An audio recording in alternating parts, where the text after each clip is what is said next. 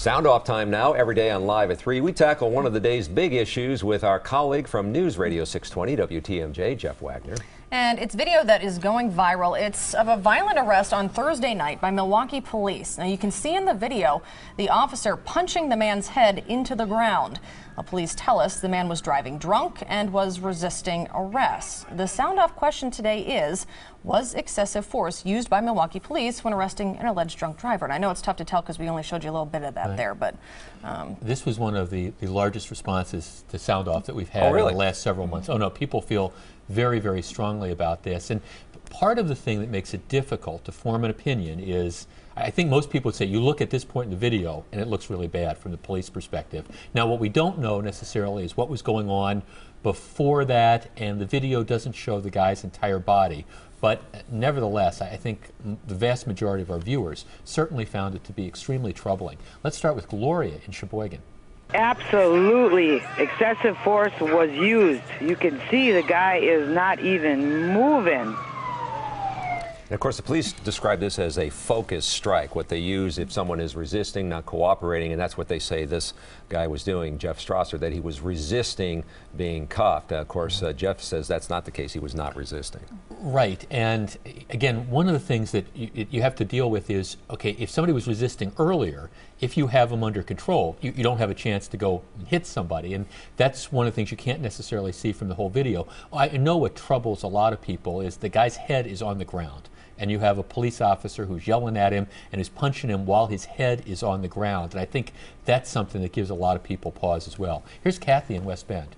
Absolutely. I think that excessive force was used. The man was subdued on the ground when the officer is hitting him.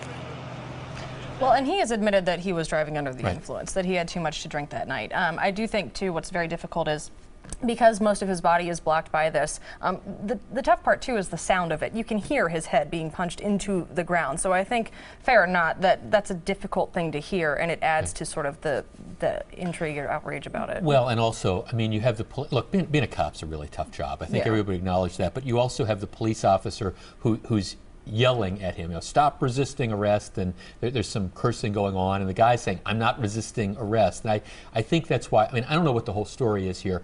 It is very clear from the overwhelming majority of our callers on Sound Off, callers I had on my radio program, the Milwaukee Police have some issues here, and if there's another side of the story, I think they need to aggressively get it out. Here's Marilyn in Greenfield.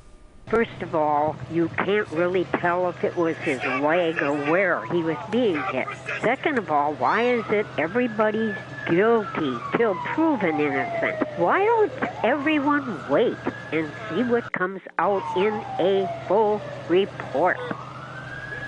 And that's a very fair point as well. It's been tough to get the police department to comment too much on it. Is part of the issue as well. They have not said anything. They described it as a focus strike, and they said that he was resisting. They also point out that because he was allegedly driving drunk, although he admits he was driving under too much alcohol, that he was threatening, he was a danger to the public. So there were a lot of things that led up to this point. The question is, at that point, was that the right thing to do? And of course, I mean, it's no secret. I mean, MPD's been dealing with several issues, so this isn't necessarily in a vacuum. There's been a lot of stuff that's going on. Here's Mike in Milwaukee.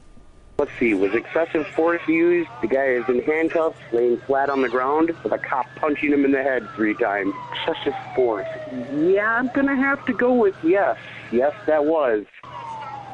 And I don't mean to be flippant, but that's the tone of a lot of the calls who we're getting. Because, I mean, the average person, you look at this, you see a guy who's on the ground, who at least from the video appears to be under control, and you have a police officer who's appears to be punching the guy in the back of the head while his face is on the ground. And we should point out, too, because when you see the video, and we show the video again and again and again, it does happen twice. It's not like he's being hit 6, 7, 8 times. I'm not trying to defend the officer, but the video shows him hitting him twice. Right, and the flip side, too, is we don't have a video of what happened before that. I mean, you don't have the 5 minutes leading up to that, at least right now. Maybe there's dashboard camera, maybe there's other stuff out there that'll help everybody form an opinion. Yeah, and it's hard to put everything in the context that the police are trying to do right now, and hopefully we'll hear from them soon.